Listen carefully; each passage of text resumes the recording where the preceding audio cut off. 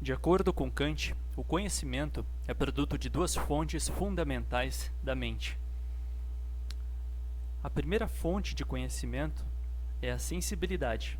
É através da sensibilidade, que é uma potencialidade, a gente tem as representações ou as impressões.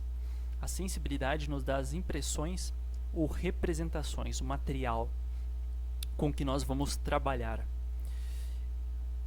Sensibilidade nada mais é do que a receptividade de nossa mente para receber representações na medida em que somos afetados de algum modo pelos objetos externos. Os objetos externos nos dão ou sensações quando eles afetam a nossa sensibilidade.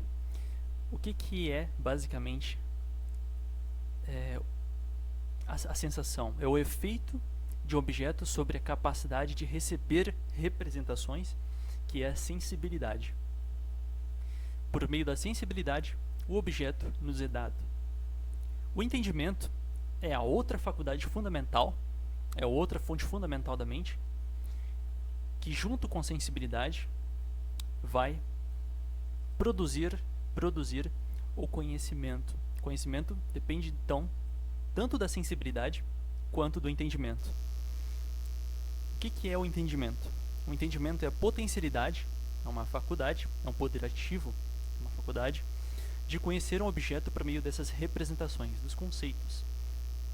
Então, é através do entendimento que a gente vai conhecer esses objetos que nos são dados por meio da sensibilidade. A sensibilidade é puramente passiva.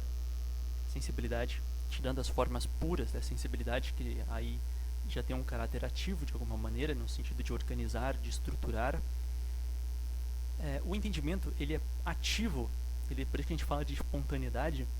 O entendimento ele é ativo porque ele produz representações, ele produz por si mesmo representações. Por meio do entendimento, o objeto é pensado.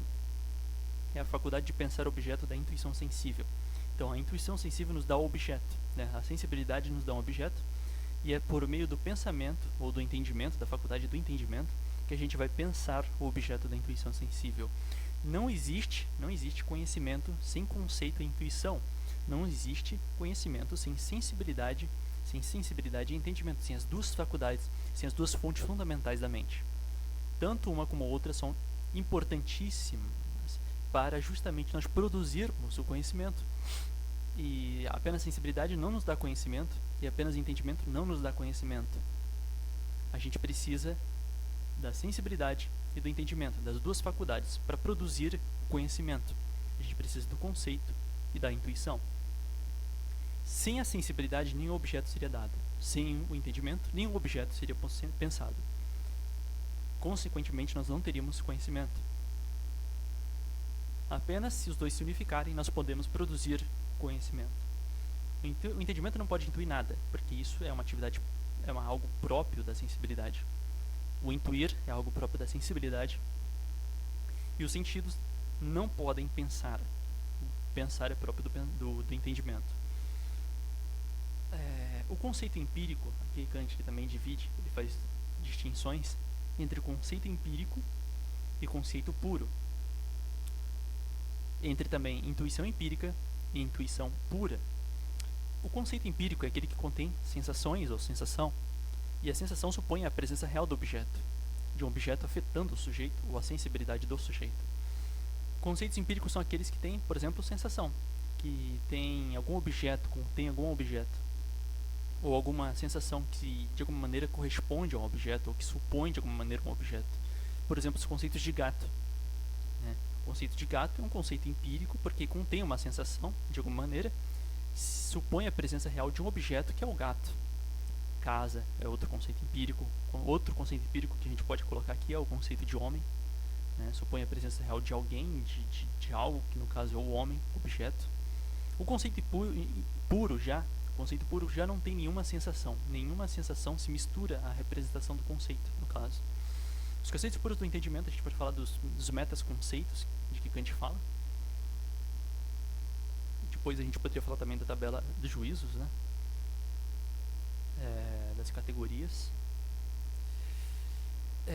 Outra distinção é aquela intuição entre intuição empírica e intuição impura. A intuição empírica também contém sensação, que supõe a representação real do objeto. No caso, a intuição, tipo, deste daquele homem, desta daquela casa, desta daquela porta, de um copo de água, né?